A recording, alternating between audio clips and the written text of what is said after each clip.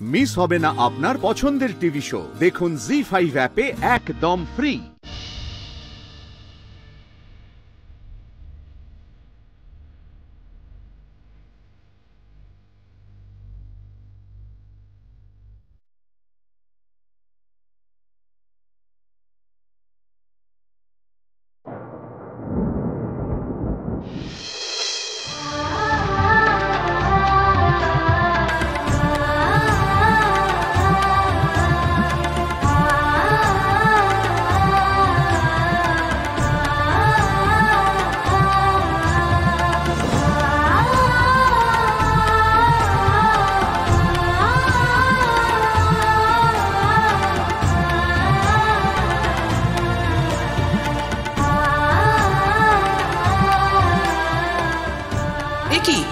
নতুন বউ একা যে?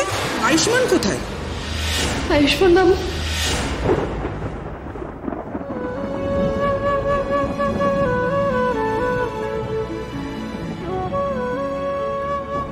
ছি ছি, কি স্বপ্ন দেখলাম আমি?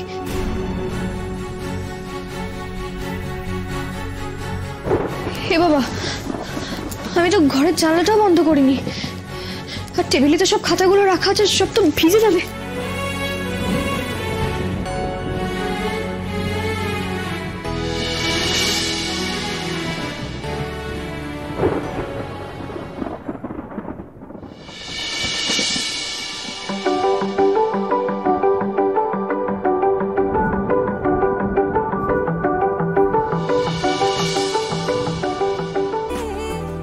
আয়ুষ্মান বাবু, আপনি ঘরে?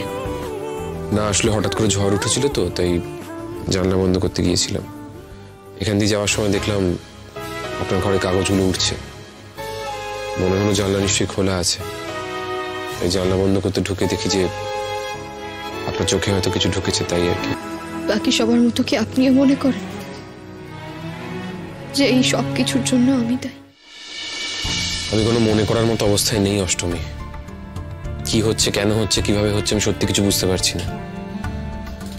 শুধু একটাই কথা আমি জানি, খুব ভালো করে জানি, যে যবে থেকে আপনি নবগ্রামে এসেছেন না, একের পর এক বিপদের সম্মুখীন হয়েছেন। তাই আমার মনে হয় আপনি নবগ্রাম ছেড়ে চলে গেলে আপনার জন্য তা ভালো। দেখুন, বৌরানী কি নিদান দেবেন আমরা কেউ জানি না। হয়তো যা নিদান দেবেন সেটা কেউই আমার মন থেকে মেনে নিতে পারবো না, তাই না? আসলে আমি কোনো চান্স নিতে চাই না অষ্টমী। আপনি যদি এখান থেকে চলে যান তাহলে কোনো সমস্যাই থাকবে না। বৌরানী যাই নিদান দিক না কেন, আপনার কোনো ক্ষতি হবে না। সেই জন্যই বলছি, আপনি পালিয়ে যান অষ্টমী। এতে সব দিক রক্ষা হবে। কিন্তু আমি যা বলছি আপনার ভালোর জন্য বলছি, ভেবে চিন্তে বলছি। আশা করি আপনি আমার কথা বুঝতে পেরেছেন। পালিয়ে যাব? আমি পালালে আয়ুষ্মান বাবু কি বিয়ের ঝামেলা থেকে মুক্তি পাবেন? আমার কি তাহলে সত্যি পালিয়ে যাওয়া উচিত? কিন্তু আমি তো কিছু করিনি, তাও পালিয়ে যাব কেন? বৌরানী, তুমি একটা পথ দেখাও। জি5 ডাউনলোড করুন আর সব এপিসোড দেখুন একদম ফ্রি।